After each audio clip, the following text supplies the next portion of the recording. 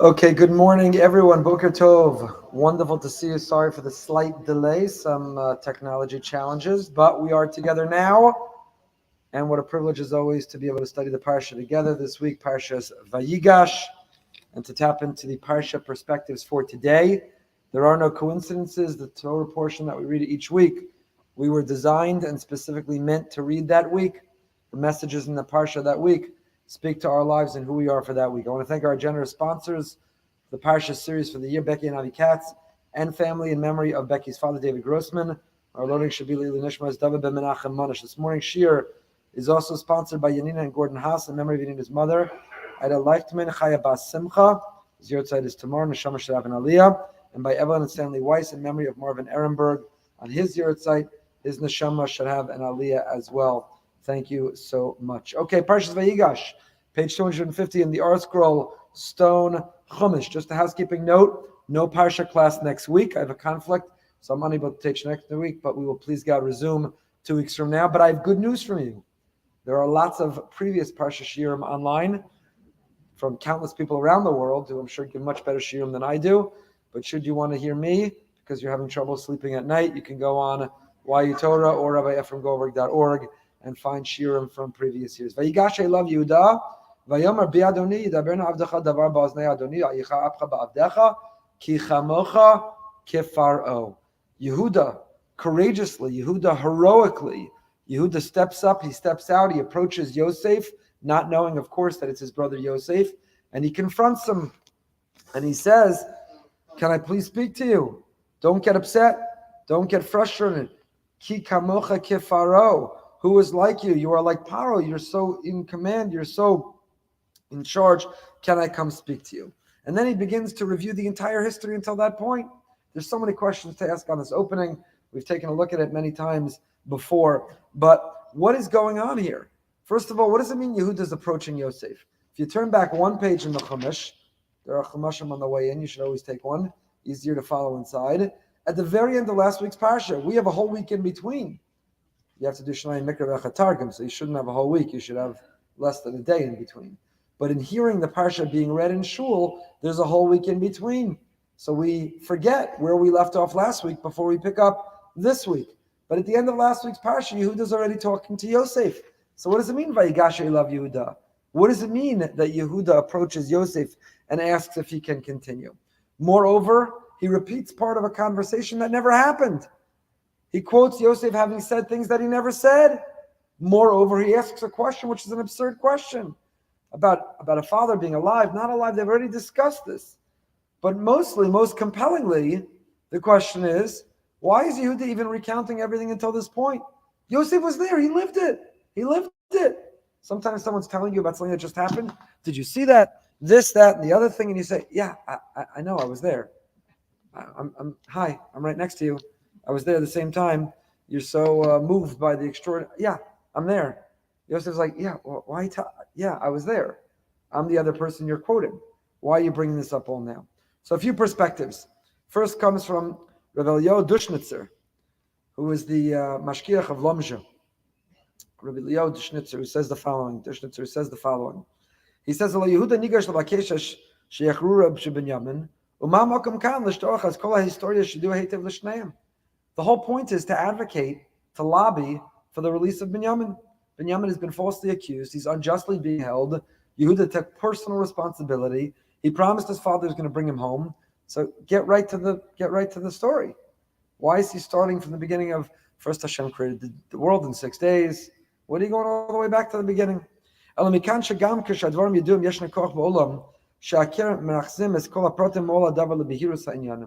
see a very important point here. He says, you see that sometimes even when you already know all these facts, it's worth reviewing them because it gives clarity. We're always moving in super speed. We're always at motion. Slow down, review how you got here, review where you are, think about what's happening, create a sense of order. Judaism tremendously values the notion of Seder, the notion of order. So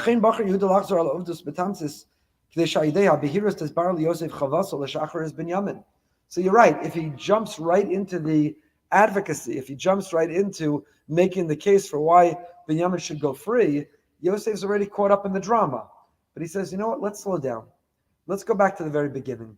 Let's remind ourselves how we got here. Let's be mesader. Let's organize. Let's be on the same page. Let's make sure we're discussing the same facts. Let's make sure we're talking about the same thing. Koach zehu yisod gadol gam b'liman haTorah kadosha v'gam b'inyonim Mussar v'yirah shamayim sha'idei ha'adam mesader es sugyos chayav u'mevar la'atzmo macho v'aso ba'olamo u'lehechan hu b'kochosav ha'miyuchadim yachol lahagia me'ir lo or chadash. He says, what's a powerful lesson when it comes to Torah learning? If you're learning the Daf Yomi, boom, boom, boom, chick, chack, chack, you're turning the pages, you're moving, you're flying, you end the Masechta, you don't even remember you were there to begin with.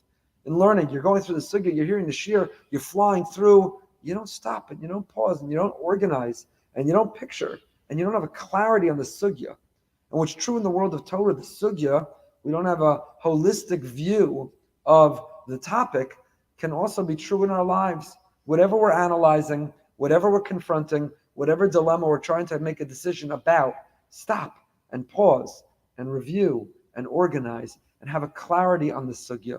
Life is filled with sugyas. Life is filled with sugyas in our relationship. Life is filled with sugyas with our children. Life is filled with sugyas in our profession. Every day brings with it decisions that have to be made, dilemmas that have to be resolved. And if we're moving in super speed, and if we're not organized in our thought, and if we haven't put it into a bigger picture, and we don't see a greater context, then we're going to make the wrong decisions. We're going to rush to judgment. Our vision's going to be clouded. So Yehudah is teaching us this lesson. It comes from a Sefer Nachlas Eliyahu, but it's quoted, this beautiful Sefer L'Sitcha Elyon that I've been sharing with you this year in the Parsha Shir. That if we rush and we lack clarity and we fail to have a context, we'll come to the wrong conclusion. But if we pause and we review and we put everything in place and we see the sugya, the whole picture, and holistically, then we can come to the proper conclusion. And that's what Yehudah is doing for Yosef. He's setting the stage. He's making the argument. You ever see a lawyer make their closing argument? They're repeating so much of what they already said. But before the jury is going to reach the decision, there could have been deliberations for hours, for days, for weeks, for months. So the evidence that you saw a few weeks or months ago, the argument, the witness's testimony for weeks or months ago, let me make my closing argument by organizing it for you. Let me capture it. Let me start at the beginning. Let me paint the picture. Let me put it together. And a good lawyer is so persuasive and so compelling and literally draws a picture for a jury that it's obvious to the jury what the answer is. The picture is painted so clearly that the good lawyer has led the jury to simply come to the conclusion they saw right before them. But if there was testimony or arguments that were weeks or months earlier, and the lawyer just ends, Mr. Lawyer, you have a closing argument? Yeah, everything I said was right. Please come to the decision accordingly. So the jury's like, what he said was right. Anyone remember what he said? I don't even remember what we had for breakfast. I'm supposed to remember the testimony from 3 months ago. So the closing argument is, so Yehudah says, Yosef, may I approach the bench, Your Honor? I'd like to submit my closing argument. And my closing argument, we're going to have to take a step back. Let me paint the picture. Let me give a context. Let me remind you about all of the variables and moving pieces. And this is a very, very important lesson for life, because are we not using our judgment each and every day? Do we not have to approach the bench of our lives, of our lives, and make decisions each and every day? When we want to lead people to the conclusion that we're hoping that they see as clearly as we do, we have to be mesader. We have to organize it, and we have to get them there the same way that we're there. Kotzker Rebbe says something else that's amazing. I love this. I love all the Kotzkers. I'm very drawn to. I feel very connected to the Kotzker. So in this other beautiful sefer, Emes ve'emunah, the Torah teachings of the Heilige Kotzker Rebbe. So the Kotzker says, Vayigash elav Yehudah. Yehudah approached him. Who's him? Elav. Pasuk could have said, Vayigash Yehudah. Yehudah approached. Yehudah stepped forward. Yehudah came. Who was Elav? To whom did Yehudah advance this argument? So the simple understanding, not that I'm calling anybody simple, is Yosef. Yosef is the individual with whom he's in conversation. Yosef is the individual to whom he has to make this compelling argument.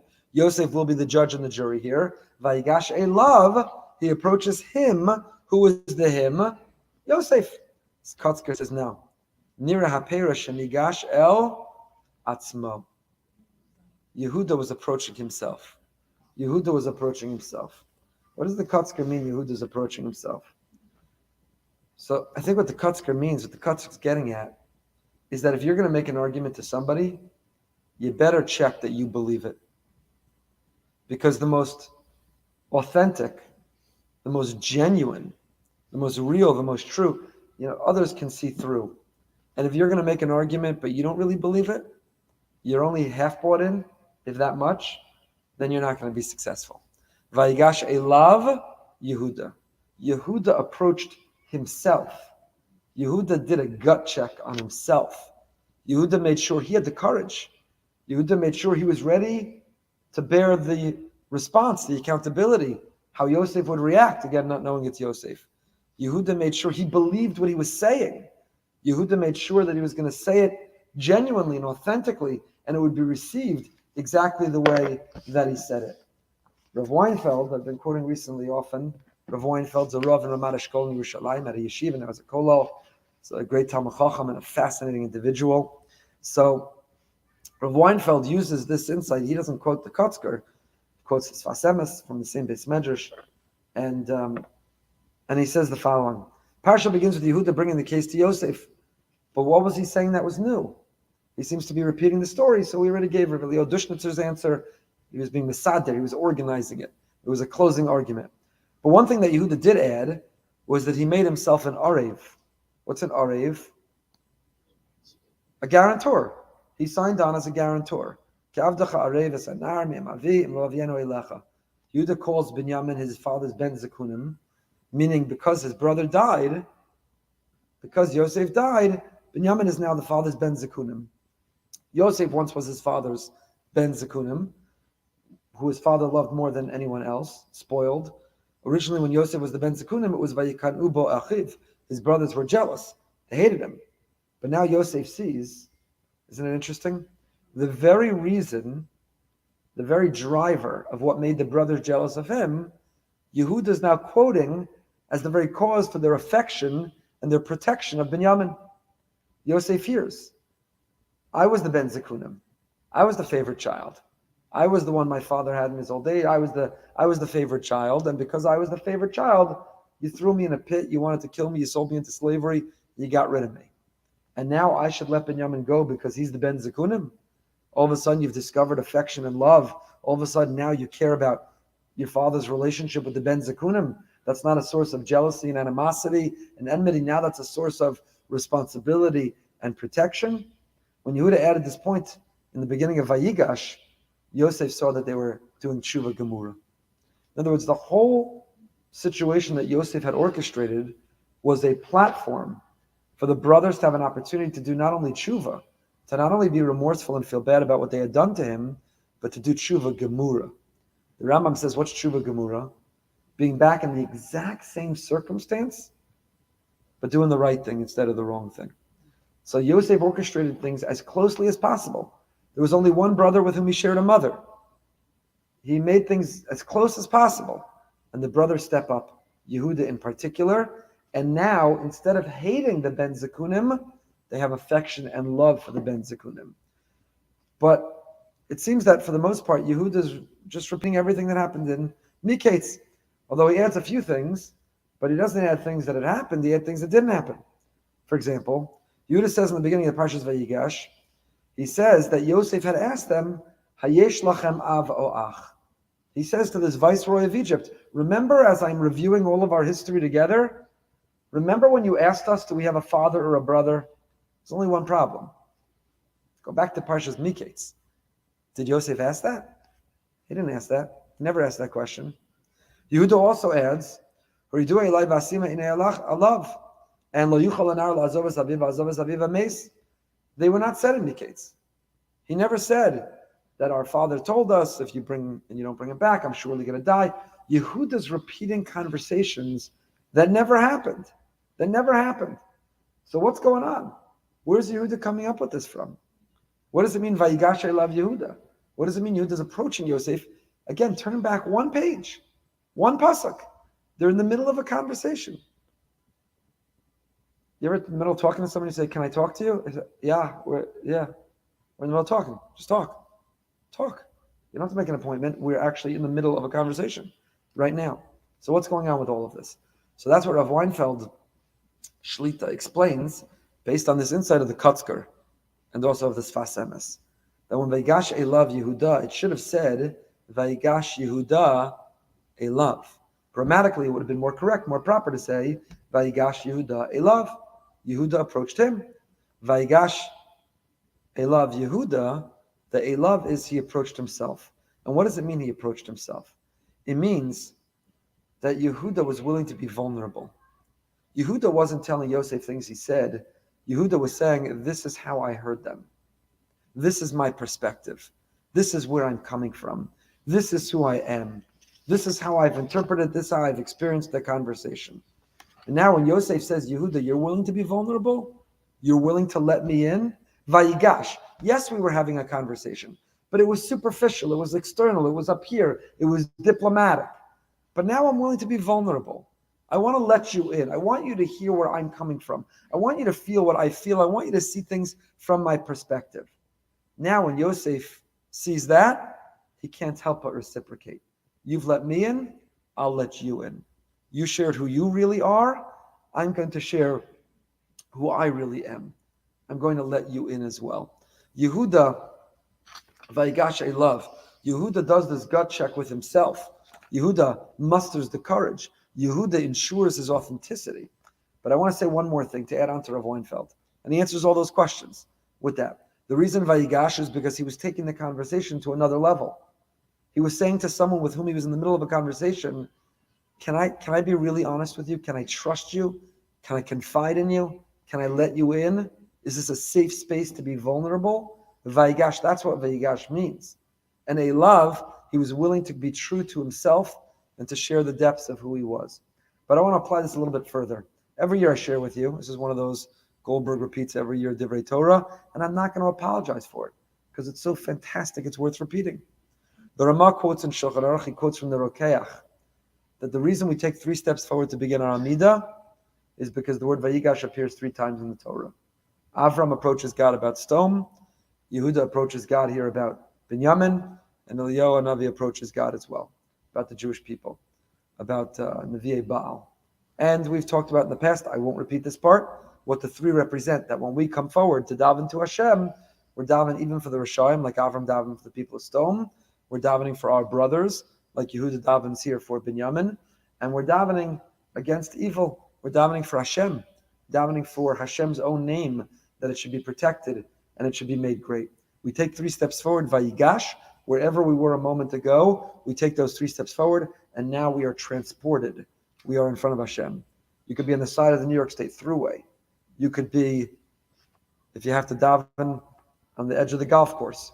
Obviously, most preferably, you're in shul. But wherever physically your coordinates showed that you were a moment ago, when you take those 3 steps forward, you are teleported, you're transported, you are beamed up. You are now standing before the Ribono Shel Olam, ready to talk. And those 3 steps forward, we're emulating these 3 great people to use our power of speech, to step up, step forward, step out, and to use it to lobby, to advocate, to make a difference. But I want to add, what I want to be Mosif this year is if you apply this inside of the Kotzker, Vayigash Elav Yehudah, it means that when we take those 3 steps forward to daven, before we can talk to God, who do we have to talk to? Ourselves. Take a deep breath. Take a pause. Rabbi Adam Englander, who was the head of school at Catskill Day School, he led the middle school davening, was arguably the holiest davening in our community. It was so beautiful. He got the kids, I think they're still doing it. They take 3 steps forward. They take a deep breath before you Hashem Sefas Tiftach. Every day in the Shemona Esrei, he would remind them, 3 steps forward, take a deep breath. A deep breath. Before you can talk to Hashem, you have to talk to yourself. Are we really present? Are we centered? Are we there? Are we mindful? Hashem famously said, we are wherever our thoughts are.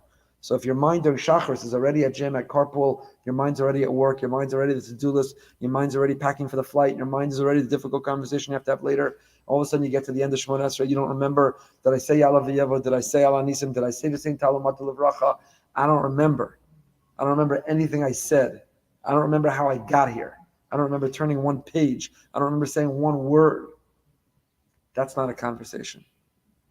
So we take that breath, Vayigash Elav Yehudah. I think this insight of the Kotzker is that we begin with a conversation with ourselves. When I take those 3 steps forward, I'll let you in for a moment. When I take those 3 steps forward every day, I try to take one moment to think about, what do I have happening today that I need to talk to him about? I talk to myself. What's on tap today? What's on my schedule today? What responsibilities do I have today? Am I giving a difficult shear? I ask Hashem for help to prepare it, that it flow, that the technology all work out. Am I having a difficult conversation? Do I have to take a difficult journey? Do I have to make a difficult decision? Every day, of course, there are things and people in our lives. Rav Shechter was here 2 Shabbosim ago, and we asked him about davening. He said, it takes me a long time to daven. If you stand next to Rav Shechter when he davens, or if you heard him lead the benching at Shalosh Shidduchos, he says every word like he's in the beginner Hebrew class. He knows Shas and Poskim Bal Peh. It's unbelievable what he knows. I'll never know what he forgot. And he reads davening like he's a 3rd grader. I had Rav Shechter on one side and my now 9-year-old son on the other side. And my 9-year-old son was reading faster than him. How could it be? He doesn't know Hebrew. He's got to take Rabbi Brody's crash course. He davens slowly, and he shared with us why. He said, I have a lot of children. He has 9 children, Kenai Nahara, and a lot of grandchildren, and a lot of Talmidim, and a lot of people who say, can you daven for me? Now, most people who say, yeah, no problem. And then we pretend we wrote down the name, or we're going to think about the name, or we act as if we can memorize the name. We don't even know our own name, but we're going to pretend we know everybody else's name. Oh, tell me your name so I can daven. You need to write down? No, I'll remember it. We don't remember our own name, but we're going to remember the names that people give us. But Rav Shechter, when you give him a name, he means it. He davens. It takes him a long time to daven. So Vayigash love, to take a moment and to first say to ourselves, who am I? What do I have going on today? Am I really here? Am I grounded? Am I centered? This is the Kotzker. Not Vayigash Yehudah Elav. It's not Yosef. Vayigash Elav Yehudah. First, we have to approach ourselves, be prepared, be mindful, be ready, and then we're ready to approach the Ribbon Shalom. Then we're ready to go in. Okay, moving right along. Perek Mem Hey, Pasuk Gimel. So Yehudah makes this compelling argument, and Yosef is moved. He's moved. V'lo yachol Yosef lehisapek l'chol nitzavim alav, vayikra hotziu chol ish me'alai, v'lo amar ishito bezvada Yosef el echav. Beginning of Perek Mem Hey, page 252. Yosef couldn't restrain himself. All stood before him. So he called out, clear the room. Give me the room. So no one remained with him when he made himself known to his brothers. There he is. He's got his advisors. He's got the cabinet. He's got the Secret Service. He's got the Navy officers. He's got the Marines. They're all around him. And he gets so emotionally overwhelmed, he says, give me the room. Clear the room. Now it's just him and his brothers. That's all that's left. He starts to cry. He cried so loudly, and his emotion resonated so broadly, it didn't matter he cleared the room because he couldn't clear Mitzrayim. And it was heard everywhere. And Yosef then said those iconic, immortal words, the words that are supposed to make us shudder and shake and tremble. Yosef says, Ani Yosef. I'm Yosef, Ha'od Avichai, is my father still alive. And his brothers couldn't answer him. Ki nifalu mipanav. They were so overwhelmed, they were so shocked, they were so startled, they couldn't move, they couldn't answer, they couldn't respond. They were so stunned. They were so utterly and totally stunned by this revelation. The Midrash tells us famously, wow, in those 2 words, Ani Yosef, Oy lanu liyom adin. Do you know what we're going to have to face? What we'll be accountable and responsible for when the picture will come together for us? Yosef, Yosef, who was the smallest of the tribes, and they couldn't withstand his tochacha, his Mussar. They were stunned and shocked into silence. They had nothing to say. When God's going to play the movie reel of our lives, and we're going to have to see what we did and pay the piper, we're not going to be able to answer. The Midrash describes that the great rabbis would shake and tremble and shudder. They would cry when they'd read these words, Ani Yosef, Such Mussar in those two words alone. Beis HaLevi famously says to Mussar, where's the Mussar? Ani Yosef. Imagine the yeshiva, you give the Mussar shmuz in the Beis Midrash I went to, Yeshiva Rabbi Chonan, YU, Wednesday nights. When I was in YU, I never dreamt in a billion years that I would be invited to give the Mussar shmuz during Corona. I haven't been invited in person. Zoom. I guess it was low risk. They got me on Zoom. So the Mussar shmuz is Wednesday night. So imagine they ask somebody to get up and give the Mussar shmuz. There's no fire. There's no brimstone. There's no, this is everything you're doing wrong and we need to repair. And if not, we're going to burn in Gehenna and the world's caving in and we're not who we could be. Imagine the whole Mussar. You stand up and you say, Ani Yosef. Shkoyach.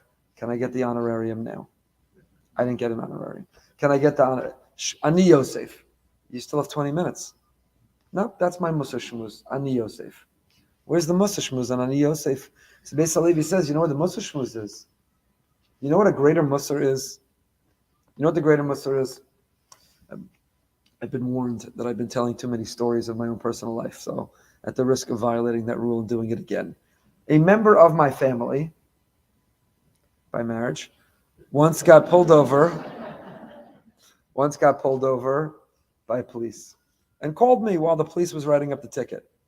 And I reacted and responded totally incorrectly. I said, why were you going fast? And I can't believe you got pulled over and the ticket's going to be points and it's going to cost money. The insurance is going to go up and and the individual said to me, Efrem, in my rear view mirror, there's a police car with lights flashing. My heart is racing. Do you think I need you to tell me I shouldn't have been speeding? Do you think right now I need the lecture of that I shouldn't have been going too fast? Do you think I'm not filled with shame and remorse and regret and embarrassment?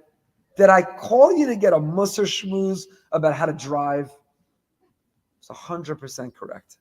100% correct. Called me to say that's so annoying and I can't believe it. I'm so sorry you go through this. It's no big deal. We'll figure it out. I blew it. I blew it big time. Thank God that individual chose to still be related to me by marriage, despite my mistake. That's Ani Yosef, says the Beis HaLevi. That's Ani Yosef. The siren, the thing's flashing in the rearview mirror. I don't need you to give me the Mussar shmuz. Yosef didn't have to sit there and say, and I can't believe you threw me in the pit, and I can't believe you sold me into Mitzrayim, and I can't believe for 22 years the anguish and the agmas nefesh that you caused me, and what you did to our father. You took years off his life. All he had to say was, here's the sirens. Ani Yosef.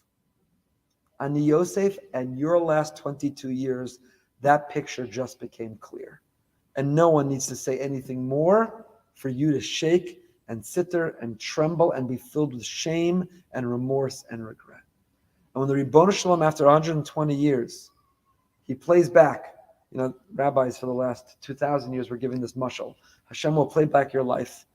Okay, so 500, 1,000 years ago, people said, play back my life. How? That's not possible. What does that even mean? To have a record, to play it back a lot. Now, Google could play back your life, and YouTube could play back your life, and Zuckerman could play back your life, and this one could play. You don't have to wait till after 120 years. You're the social experiment. The whole world could play back your life right now while you're still alive. It's frightening. It's scary. It's shocking. It's shocking. Says the Beis HaLevi, that's the Oili Yamadin. That is the Ami Yamatochacha. Rabbi Yisrael Salanter, Rabbi Yisrael said a little bit differently. Every year, this is quoted in Kelm, by his Talmidim, the author of Kelm. He would ma'or his Talmidim b'divrei Midrash limud ha'ma'orim sheish loma b'divrei Midrashim ha'nokvim. Shegiel lepischam. And he would say the following. I'm not going to read through the whole thing inside because there's a lot more I want to share. So I'll tell it to you outside. What he basically told them is, when you know you did the wrong thing your whole life and then you get caught. So there are people who visited the wrong places. There are people who visited the wrong websites. There are people who engaged in the wrong behavior. They knew it was wrong while they did it, and they were overwhelmed and overcome by the Yetzer Hara, and they thought they were above the law and they'd get away with it, and then it got revealed, and then they were exposed, and it's humiliating. But what happens when you think that you were right your whole life? When you don't think you did anything wrong, you thought what you did was right, it was correct, it was moral, it was ethical, you stood for what you think was right. And now 22 years later, you see in retrospect that you thought you were engaged in a machlokas l'shem shamayim. You thought that you were fighting a noble fight. You thought that you were representing the Almighty, that He needed you to speak for Him. You thought you were fighting the real fight. So the machlokas, the person you weren't speaking to, the fight that you had, the breakup in business, in the family, in shul, the breakaway minyan, the thing that you thought was so correct and so noble and so l'shem shamayim and so beautiful, and for 22 years you ran with it, confident you were correct. And now the Ribbon Shalom in 2 words shows you that you were wrong all along. That's the Yom HaDin, that's the Yom HaTochacha. The Yom HaDin and Yom HaTochacha said Rabbi Yisrael Salanter, for the things that we know we were wrong, but we thought we could get away with. That's Tochacha, but we knew we were wrong. The biggest Tochacha, the most disturbing Tochacha, the earth-shattering Tochacha is for that which we thought we were right about. We held these opinions. We held these opinions about other Jews, this community or that community, the ones who wear those yarmulke or that yarmulke, the ones who wear no yarmulke. We thought we were correct around our Shabbos and Yom Tov table in our conversation with our friends in whom we wrote stucco checks to. We thought we were correct. We had an opinion, such a strong opinion. It turns out when all's said and done at the very end, we realized we were wrong. In the 2 words, Ani Yosef. That's the Yom HaDin, that's the Yom HaTochacha, says Rabbi Yisrael Salanter. But I want to share with you another insight on these 2 words. It's a beautiful insight. The Sefer Megid Yosef ala Torah by Rabbi Yosef Yehudah Leib Sorotzkin. I told you he was visiting our community recently. His son moved to our community. My good friend Eli Sorotzkin, my neighbor. So he's a Rosh Hashiva in Telstone, not Eli Sorotzkin. He lives on Haliach, but his father. And he gave me his farm, beautiful, Yosef Yehudah Leib Sorotzkin. I told you my rule. And my best friend Mendy in the back, who cost me so much money, I have to build bookcases. Baruch Hashem, every time he visits, he brings me Sfarim. So you get me Sfarim, I'm going to share them. They're not just for me, they're an investment for me to share with others. So he gave me the Sefer, so I want to thank him for that. So he says the following. We've been talking until now that the Mussar is in those 2 words. The Midrash, Abba Kohen Bardula said, Ani Yosef. In that moment of the clarity that it all came together, in that moment, the picture, you saw the whole thing, Ani Yosef. In that moment was the Mussar. How does it connect to the end of the pasuk? Ha'ud avicha. Yosef then asks, what is a very peculiar question. Is my father still alive? Sha'amam Yosef ben Shima achas. Yosef said in one breath. Sarach Talmud. We have to understand it. Min haroy ha'yasha'achar is galas narazu lanefesh kemashiz v'adazel azev rakach ekein l'shol b'shalom aviyim v'chein lo yuchan ha'shon yachid avi ta'achar is galan Yosef nachal nomar avinu. First of all, why doesn't Yosef say, I'm Yosef, how are you, what's going on, brothers, let me tell you about my life, your life, by the way, how's Abba, how's Tati, how's Dad? But moreover, he should have said, how's our father? What do you mean, how's my father? And what do you mean, is my father still alive? A moment ago, Yehudah's argument was, our father said, if you don't bring back Binyamin, he's going to drop dead of a heart attack, he's going to surely die. So you know the answer to your question. A moment ago, Yehudah just said, your father's alive.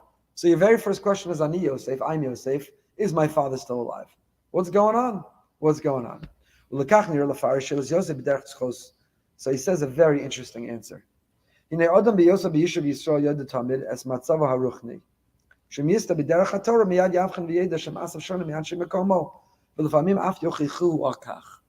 person who's living in a moral and an ethical and a positive environment will be able to immediately measure if they've stepped out. When you realize everybody around you is so righteous, I look around and I say, I finished davening in 3 seconds. Everybody else is still in the Shemona Esrei.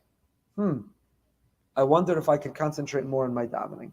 I already tell you about the heroes of the Jewish people who scream Yala v'yavo when you're up to Hashem's Fasai Tiftach. The heroes of the Jewish people. Ala Nisim. I want to make sure you haven't finished your 3rd step forward yet.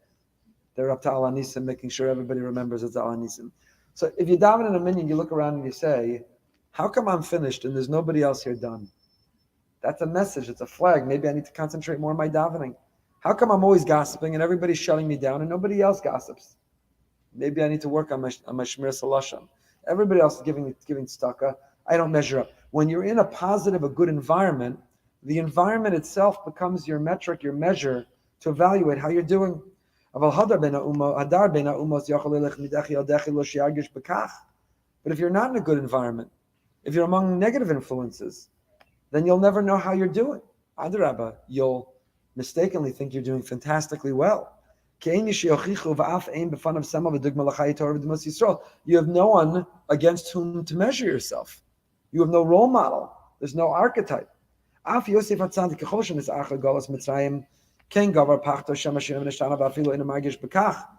much as Yosef says, I learned from my father in Lavan Garti, Tarig Mitzvah Shamarti.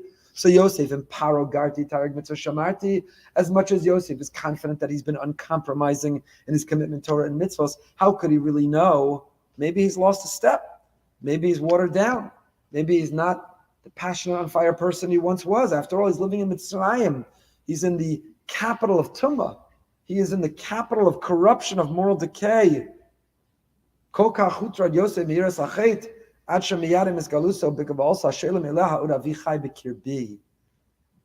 Rav Sorotzkin, Ani Yosef ha'od avichai. He wasn't asking them, I'm Yosef, is my father still alive? He was asking, wow, you're my brothers? Finally, I'm back in the Beis Midrash. Finally, I'm back around the Erlich HaYidden. Ha'od avichai bikirbi. Ani Yosef. It's me, Yosef. Am I still who I once was? Have I lost my way? Have I lost my passion? Ha'od avichai, is my father still in me? Ha'im bein ha'bigdei malchus shel Mitzrayim efshel ha'havchen b'talmido ha'mufak u'beno chavivo shel Yaakov Avinu. Ani Yosef ha'od avichai.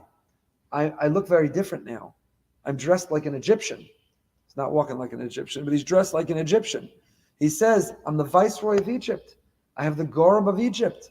Ha'ud avichai, I'm asking you, as a favor to me, tell me, do you still see the Yosef underneath this royal clothing?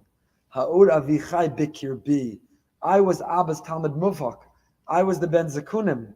I was the heir to be the Rosh Hashiva. Ha'ud avichai bikirbi. Do you still see him in me? That's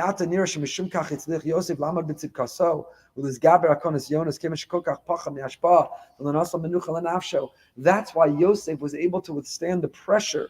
That's why Yosef was able to remain who he was, because as long as he was in this negative environment, he remained nervous and anxious and concerned about its influence on him. The moment that you think, I got it, I'm good, I can't be influenced, I won't be brought down, it won't impact me, that's when you're in trouble. But as long as you continue to say, I'm at risk, I'm in danger, I need to double down on being the best me, that's Yosef's greatness, that's his godness. But Derech first of all,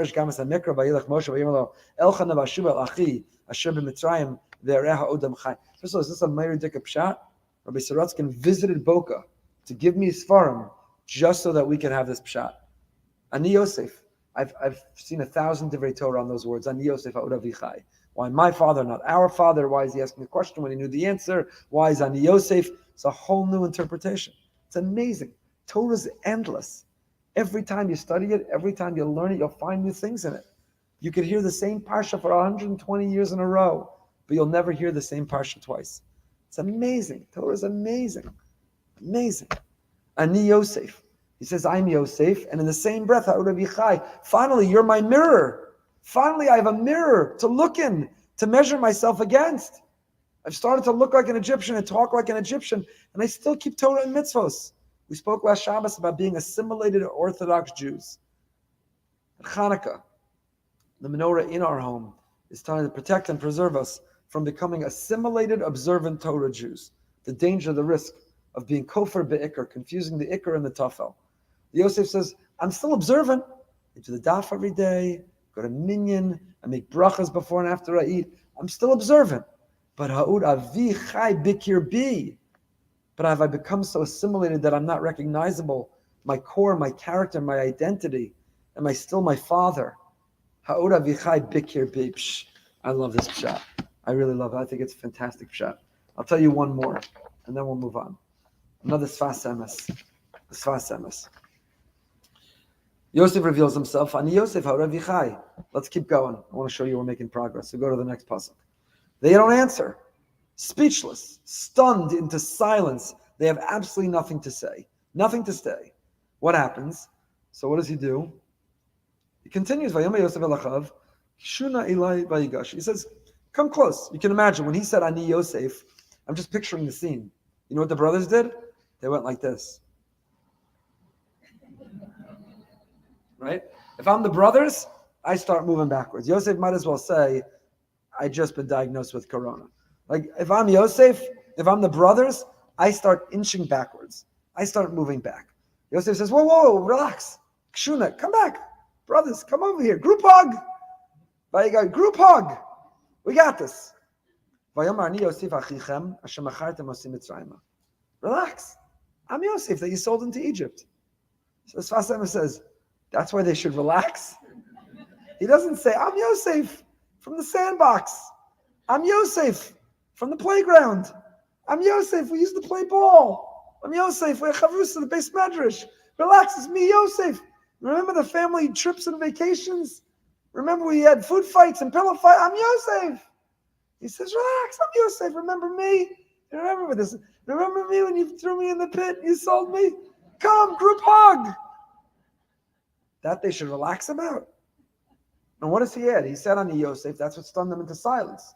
Now, because he repeats the words Ani Yosef, now they're going to feel good? What's going on over here? So Sefas Emes, my friend Rabbi Yehudah Goldberg shared this through Smichas Chaver.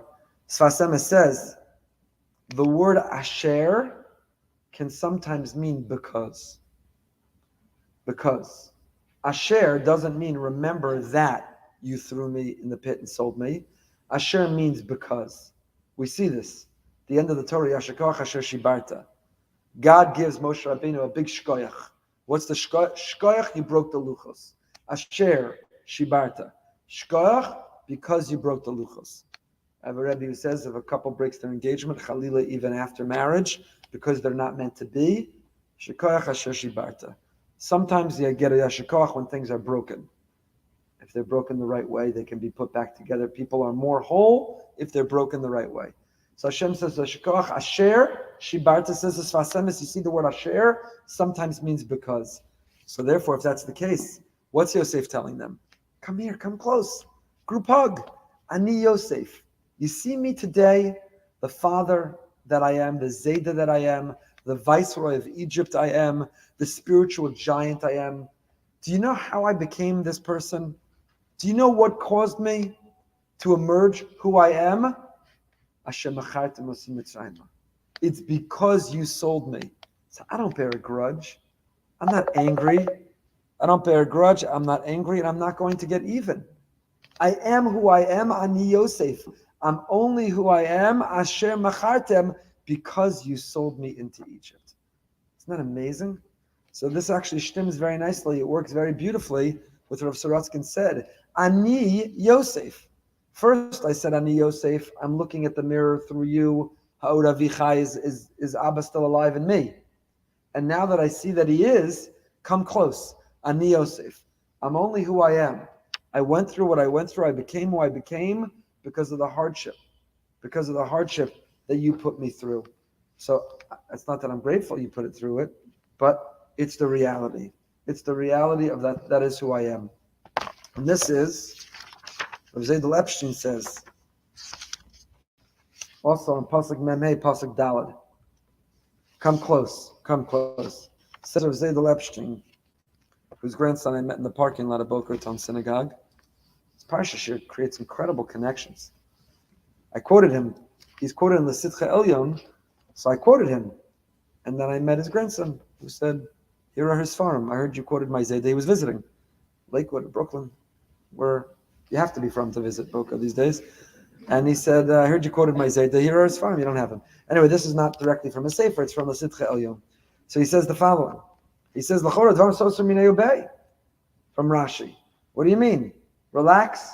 I'm not going to hurt you. Come close. I'm the Yosef you sold. So he says, Yosef amamilam elu mishum shebelibo kine tamid hakaras tov atzuma eleihem. He had a hakaras hatov to them. It's true that you had negative intent. But it came out positive for me. So even when someone intends negatively for us, but a positive result comes out, we have to have a hakaras hatov. Anytime we experience a positive, we should feel a sense of hakaras hatov. Yosef is the ultimate model of this. And that's what the psukim continue and say. He says, because there was a famine, and God sent you before me, and now I'm bringing food back, and he made me the Moshe b'chol eretz Mitzrayim, and la'adon l'chol Mitzrayim. It's all for a reason. Hashem orchestrated the whole thing. You were just puppets. You were pawns. Hashem orchestrated it all. You feel shame and guilt? Okay, a little bit of that's good for you. You want to apologize? You should apologize, and I forgive you. But know that my attitude is that you are just a pawn and a puppet. Hashem has a lot of agents he can use. And he used you to get me here. He used you to save the economy of Mitzrayim, which would spare the world. He used you. So I therefore don't carry a grudge against you. Says Epstein, you see how far Hakaras HaTov goes. That gratitude is not only for the person who meant well to us. Gratitude is something, a debt of gratitude is something that we even have to feel for the person who meant harm, but it worked out well, and there was a positive result. Okay, Perek Memei Pasuk Tes, moving along. Turn the page, 254.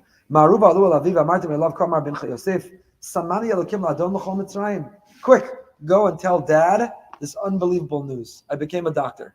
Just joking. Go and tell Dad I became a lawyer. No, just joking. Go and tell Dad that I'm the Adon L'chol Mitzrayim. Do you know who I became? The Adon L'chol Mitzrayim. So the simple understanding of the words Adon L'chol Mitzrayim mean, go tell Dad that I became the master of all of Egypt. He thinks I'm dead. He doesn't really think I'm dead because Yaakov was inconsolable the whole time. But he thinks I'm gone, I'm missing, I've been in the back of milk cartons in Canaan for 22 years. And go tell him that meanwhile, I'm Adon L'chol Mitzrayim. I'm it. I'm the vice president. I made it. And I have a very high approval rating. I made it. They all love me. I'm Adon L'chol Mitzrayim. Says the Kotzker, that's not what it means. Listen to this Kotzker. Oh, Menachem Mendel of Kotzker. Komar bincha Yosef Samani Lakim Adon L'chol Mitzrayim. Perish. Yosef Omar. Ani asisi Lashem Yizborach LaAdon L'chol Mitzrayim. Shikiru Ko Mitzrayim Shem Yizborach Adon B'chol HaOlam. It's an unbelievable Kotzker. Yosef knows. You know what will make Dad proud of me after 22 years? Not that I made the Forbes 400. And not that I'm the Secretary of the Treasury. You know what's going to make him the most proud? That I've transformed Mitzrayim with Kiruv. Read the pasuk again. Ko amar bincha Yosef. Here's what I want you to tell Dad. This is what your son Yosef sent to you. That Samani, I made Elokim Adon L'chol Mitzrayim. I made God the Adon of all of Egypt. That I used this position and I wore a yarmulke and I said Baruch Hashem. And I wasn't ashamed, I wasn't embarrassed, I wasn't apologetic to be who I am and to bring God into the conversation everywhere I went. Dad, I know you'll be proud of me that I became the viceroy. I know you'll be proud of me that I broke out and I made it and I'm rich. I know you'll be proud of me that I've earned the respect of the whole nation. But I know you'll be the most proud of me when I tell you that, like you, I follow in your footsteps. My mission and my goal is to transform the world to see Hashem everywhere. It's a whole new way to read the pasuk. Usually the Chassidish Divrei Torah, I got in trouble once for saying this before. Chassid was very unhappy at me for saying this, but I'm not even sure that the Rebbe's meant that this is the pshat. This is an important lesson to teach. This pasuk is a great way to teach it, so I'm putting it in the pasuk. That's how I learn many of these Chassidish Divrei Torah. This Kotzker, I think, might actually be the pshat.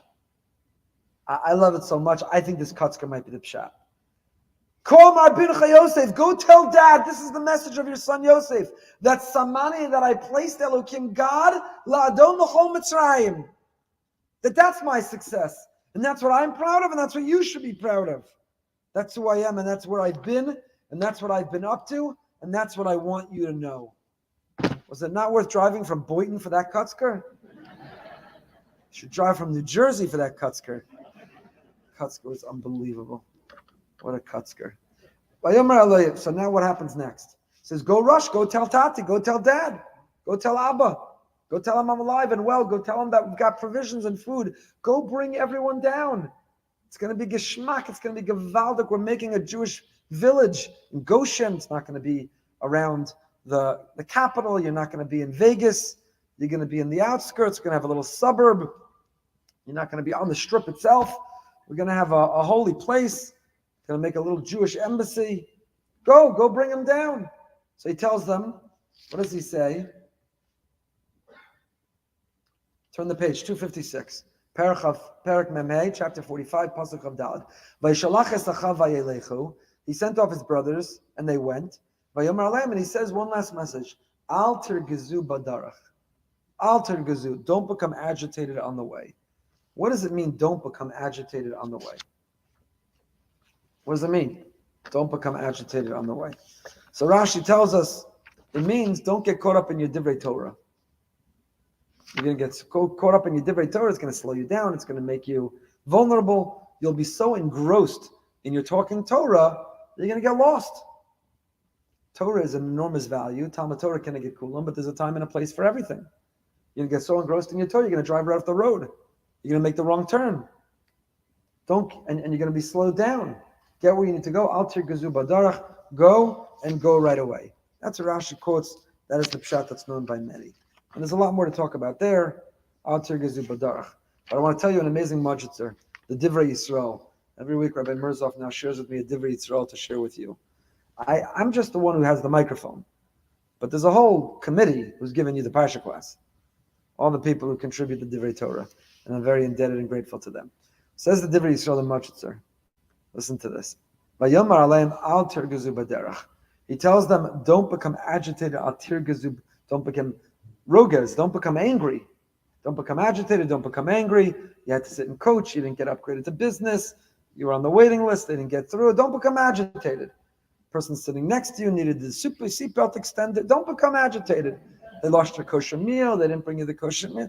Yet they made you still wear a mask, even though you had triple vaccinated, 7 boosters.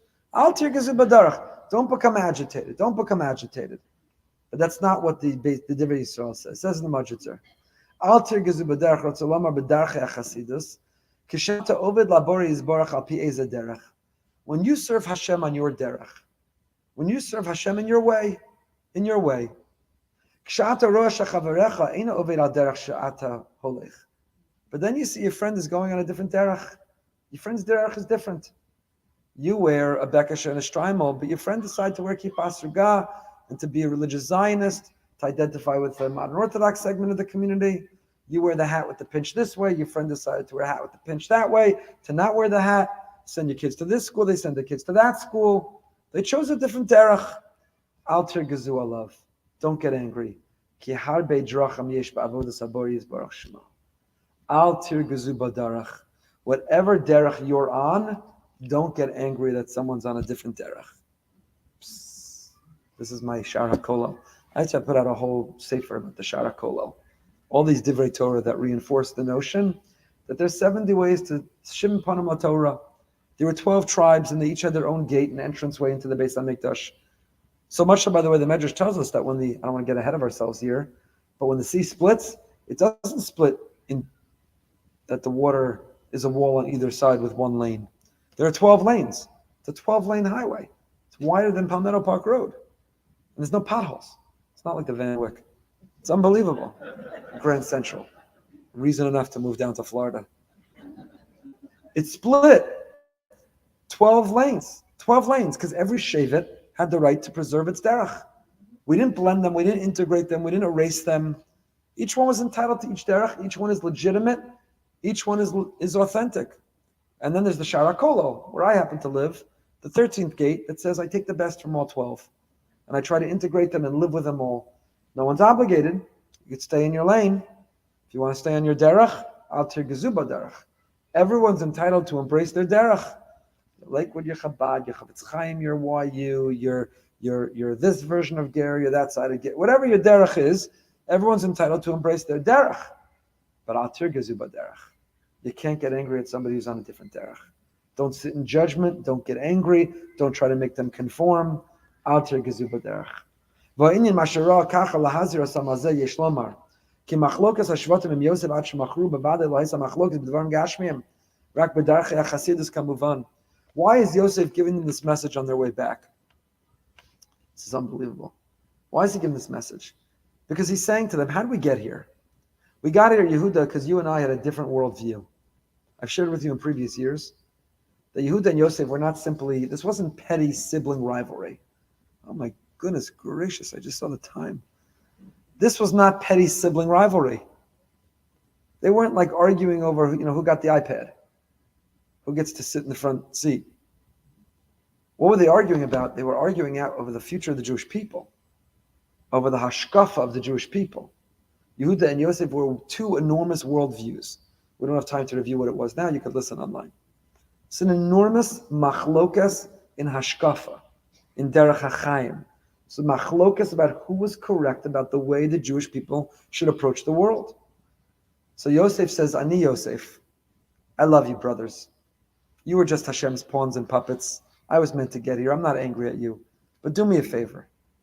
You're about to turn around to go back for this journey back home, to tell Dad the good news. And you know what I suspect is going to happen? You're going to point fingers at each other. It was your fault. It was your fault. I said to do it this way. You should have done it that way. Why didn't it happen this way? But remember, the machlokas is how we got into this trouble to begin with. Remember when you pointed a finger and you felt jealousy and envy? Remember, anger is how it all started. Salanter gezu badarach. When you walk away, when you turn around and start heading back, don't see the differences, the different derech you each on. And don't be angry at each other for having a different derech. Embrace the differences. Respect the differences. Learn to be brothers with those differences. Alter gezu badarach. What a message in those three words. Vayomar, they already, if you look at the pasuk, Vayishalach es achav vayelechu, they already left. Vayomar aleim, and he says, wait. 3 words, wait. Calls out to them. Alter gezu badara. We each read the Chumash and we have our own little picture. And that's my picture. This is my movie version of it. They've already left. They're already walking away. He's running alongside the train. It depends what era you're, working it in over here. He's running after them on the back of the horse. Whatever era, he has to grab his private jet to follow them on their jet. Whatever era you're, But they've already turned around. They've left. Vayelechu. They're already on the way. Vayomer, and he screams, Alter gezu badarach. Wait. Don't judge each other. That's how the Divrei Yisrael, the Majitzer, understands it. It's unbelievable. Don't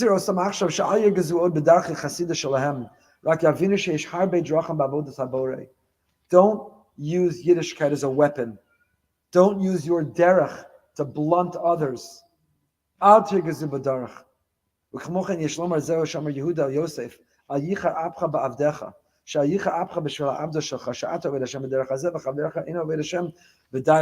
just realized I never finished the Rav Sorotzkin.